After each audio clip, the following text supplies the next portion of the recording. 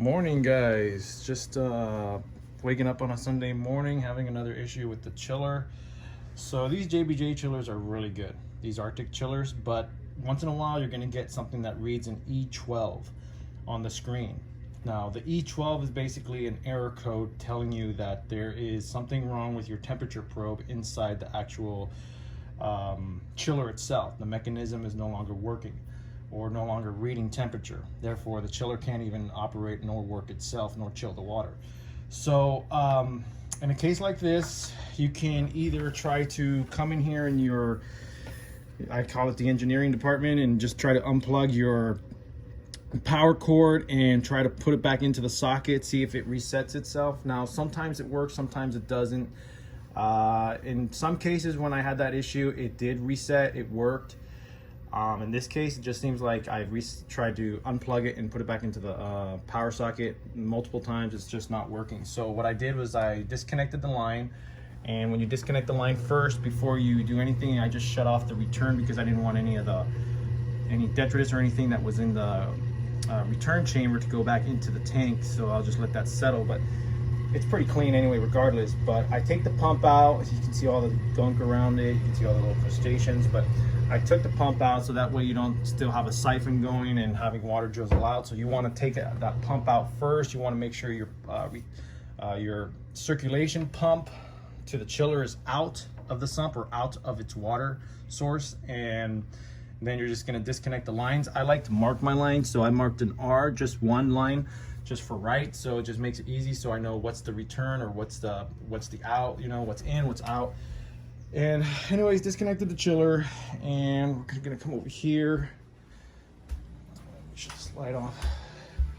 And I got the chiller up here. So what I'm gonna do is start taking off these barb fittings here, and I'm gonna unscrew, and we're gonna pop this lid off, and we're gonna do a temperature probe change. I'm gonna drink my coffee here. It is a Sunday morning on a Labor Day weekend. This is great. So this is one of the bigger model chillers. Forgot the actual number of it, but definitely a great chiller.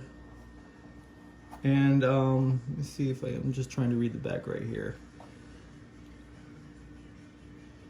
I don't know, it's a DBA-150, that's the model, DBA-150, but you know, it's, I don't know if it's, what is it, if it's a 115 or something like that. But anyways, let me go ahead and get the temperature sensor probe. So we come here into my office, and yeah, the lights are off, it's still Sunday morning. And so I come in here, see, I got extra stuff of everything, you know, I always keep extra things. And let me see where they put, oh, they're right here. So these are the probes right here. I ordered 2 of them because I always like to have a backup. So I'm gonna go ahead and disconnect the old probe and put in the new probe, and then we'll connect the power source and see if we don't get that E12 reading. But this is basically what I'm getting. So I'm just gonna connect this. Oh, I can connect it here. And this is what you're gonna be seeing right there. See that E12? So when you see E12, that means you have a temperature probe malfunction. Basically, the probe is not reading the water temp anymore, and you basically need to switch it out. And just like I said, you can try to reset it by unplugging the power cord and putting it back in multiple times to see if it actually resets. In some cases it does, in this case it's not.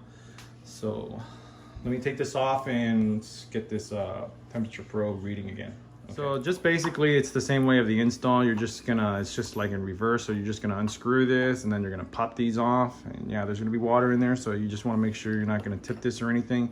There's no reason to tip this over or maneuver in any way, just have it set. So you see I'm taking the screws off here. So I'm loosening up this screw here. Got some black gunk.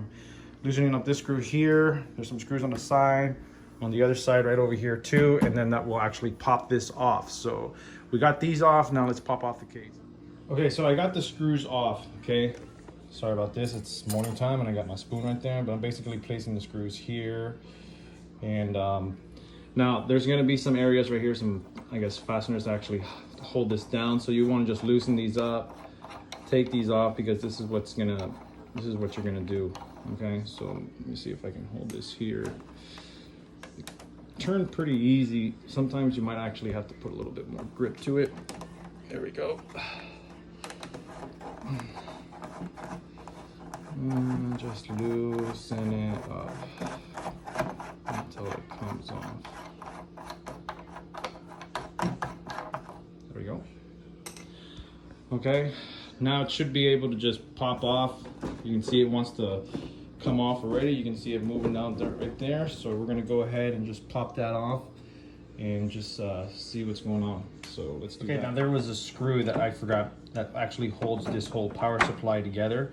So you definitely want to loosen that up, because when you pop this off, you don't want to start carrying this up and start ripping any wires out. Okay, so take the screw out from here. As you take the screws out from these points here, take the screw out in the back here. That way you loosen up the power cord. So now that we got this all loosened up, will start sliding off. Now, as you're sliding it off and as you're opening it up, you're gonna see this right here. So just remember, this power cord right here, this actually supplies this the screen here, the monitor. So as you're pulling this up, you want to make sure that you want to disconnect this first. Basically, it's just, you're just gonna, I don't know if you can see that because I'm holding the phone, but you just pinch these and it'll actually unplug it. Okay, so this little connection right here, you just pull it out. It's basically connected right behind this screen. So as you're pulling it up, you just want to just disconnect that. And then that way you can go ahead and just open this whole thing up freely. You're gonna wanna push down a little bit under here first. Make sure this is, right here is unscrewed. And as you're pulling up, you're just gonna go ahead and disconnect this right here from the actual screen there and digital display. And we'll go ahead and pull this up now. Okay, so you can see here, there's a connection here, and see there's another connection going right there to your digital display also. So we want to make sure everything's disconnected. You can see I already got it pretty basically lifted up, but you won't see these connections until you start actually lifting.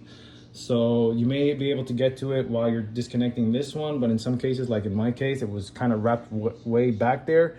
So I had to lift it up, and now that I see it, I'm gonna go ahead and disconnect that. So you do have two connections, two actual connection ports that actually connect to the your screen here, or your display, and you want to go ahead and disconnect those two.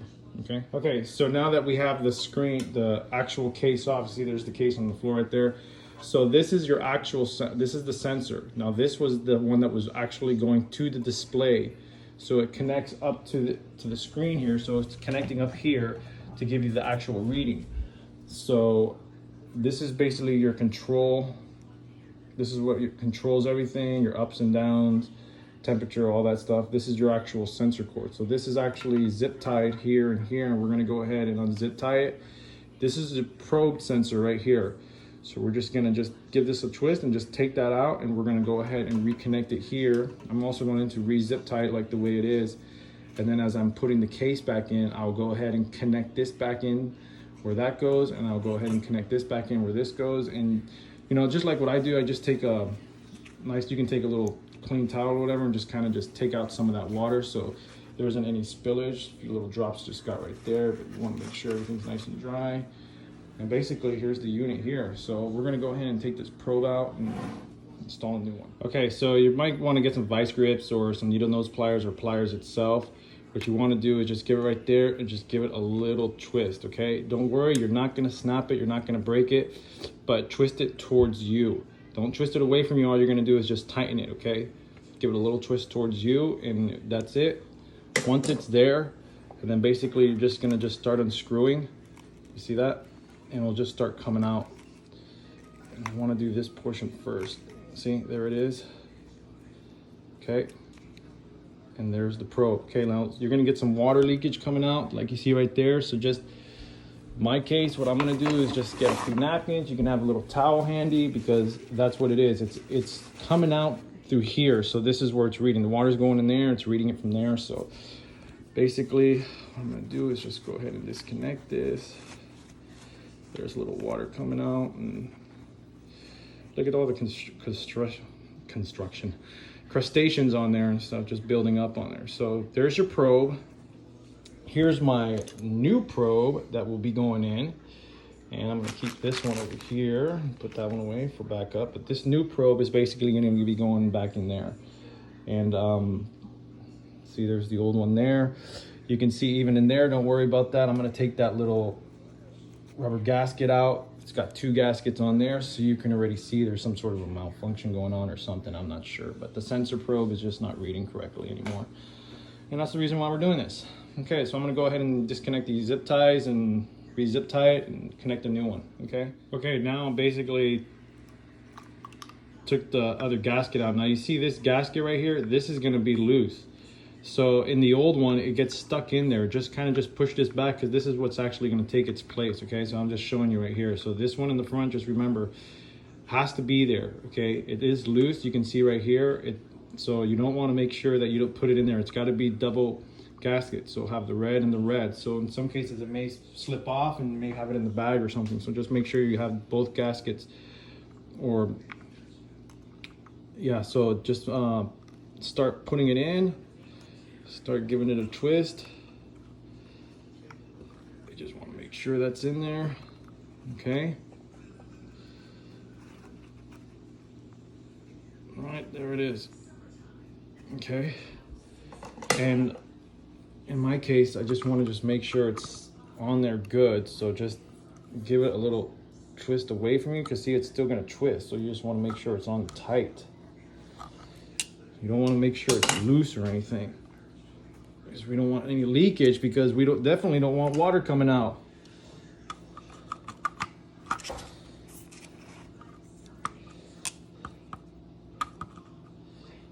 Just hold on, just making sure. Okay, that seems tight enough. Okay, so now I'm gonna go ahead and put the case on, and I'm gonna plug everything back in. But before we, mount the screws in and get it all, make sure we're gonna plug it in and make sure everything's working. So let's just do that first, okay? I just wanted to show you that, see, I zip tied back everything. You wanna make sure the cords are basically harnessed back onto where it actually came off from. So there is nothing loose moving around in there. So there it is. Okay, so it's fine right there. Just tighten it up a little bit more. I just wanted a little bit loose, so a little slack, so I can make sure this is all nice and tight. So I'm gonna go ahead and cut these off, and we'll go ahead and do. Okay, so now I powered it in. It's still loose. You can see everything is not on mounted, but look at that. We're reading temperature, 78.1. Now that your temperature probe is basically working properly, now the system itself will start chilling and start cooling your system, your tank, I mean. So that is basically what you got to do in order to change your temperature probe. A lot of cases, sometimes some people think by having an E12, that means that, oh crap, this chiller is not broken, it's not working. All I want to say is redundancy, and my redundancy in this case was just having extra temperature probes. Now in other cases, the system, the whole thing may just crash, break, and just not working properly. But if you ever get that E12, which E12 is very common in these kind of chillers, have that temperature probe working. So even though this is under warranty, they're not just going to simply send you that probe until this actually breaks down. So I order probes beforehand in case of a situation like this, and then I'll call and make the issue and see if I get some sort of compensation for just doing what I did, because of the fact that it's still under warranty.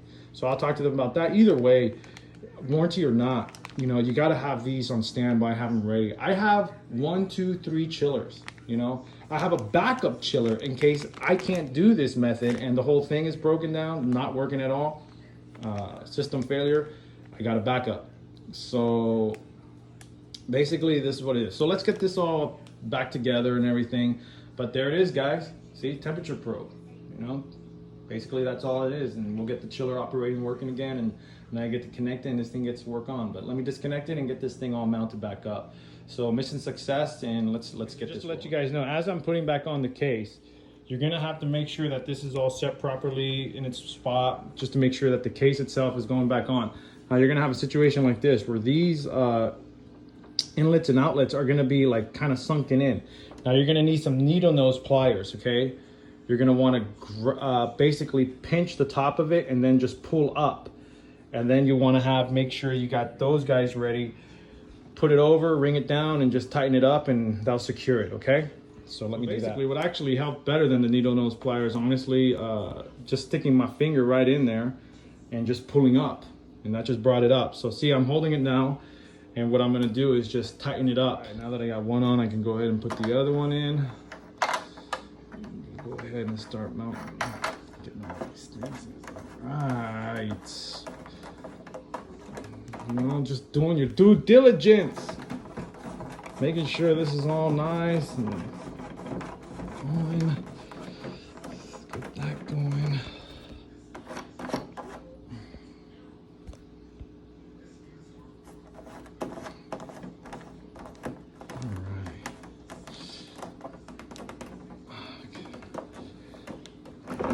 Okay, so now what I'm going to do is go ahead and put the screws back in. Everything's in. Everything's basically in place. You can see right there. So we'll go ahead and put the screws back in and get this back into the tank. Mounted back into this my bedroom tank. All right. Okay, so I got the chiller back in place, and just make sure everything's good. Now, one of the things I did do before I put this back into place, I actually put a little bit of RO water in here and in here when it was actually up. Before I actually mounted all this, I just wanted to make sure that there was no leaking gonna happen, you know, behind the gasket when you put in the temperature probe. So please test that out before you actually mount everything back together, just to be on the safe side. You know, last thing you want is a little leak to happen or squirting out right there with the central probe and water all coming back in here. So either you can do it with a pump, just, you know, put back on the fittings and just test it out, circulate the water. But basically all I did was just put some RO water in there, just let it sit, see if there was any leaks, and so far no leaks. But I'll definitely look at it again just to make sure. But that's something that should be out of as precaution, because last thing you want to do is reconnect something and have this thing leaking. So just make sure that temperature probe is in there nice. Both rubber gaskets are in there. Screw it in and it should be fine. But just as a precaution, just if I was you, I'd probably circulate some water just to make sure that there's no leaks. Okay, so I already did my little water test, and I'm gonna go ahead and mount this in, and I'm gonna go here, and you can see there I already put the pump back into the return chamber. So now I'm going to reconnect it. Let's see if I can find that connection. Where is it? Oh, here it is, chiller pump and all this spaghetti. There it is. So right there it says chiller pump. I'm gonna go ahead and connect that. There it is, it's running. Now I'm gonna go here, make sure there's no water leaks. Yeah, it's nice and dry. And that's it.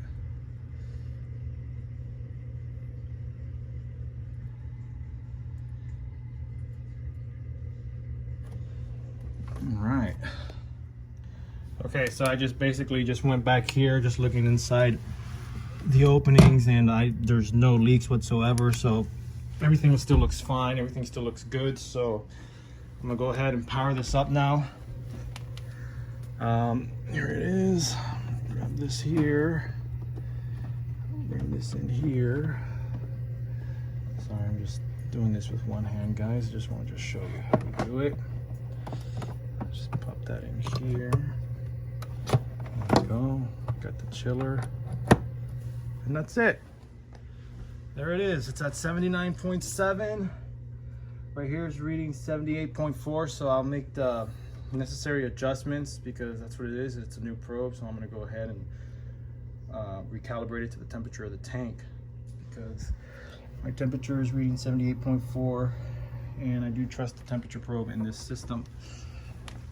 So that's it, guys. Hope this helped. I'm gonna go ahead and readjust this, and hope this video helped for the person that has a JBJ Arctica chiller. This is the 1/5 chiller 1/5 DBA-150, and yeah, I just hope this works out. But you can see already the green light's blinking. It's gonna be ready to start cooling in just a little bit. So let me just readjust this before we start getting temperature swings and everything. But other than that, guys, this is the Herm, and just switching out my temperature probe, doing a little maintenance on my JBJ Arctica chiller on this Sunday early morning. All right, guys, peace and patience and stability, man. Patience and stability. All right, guys.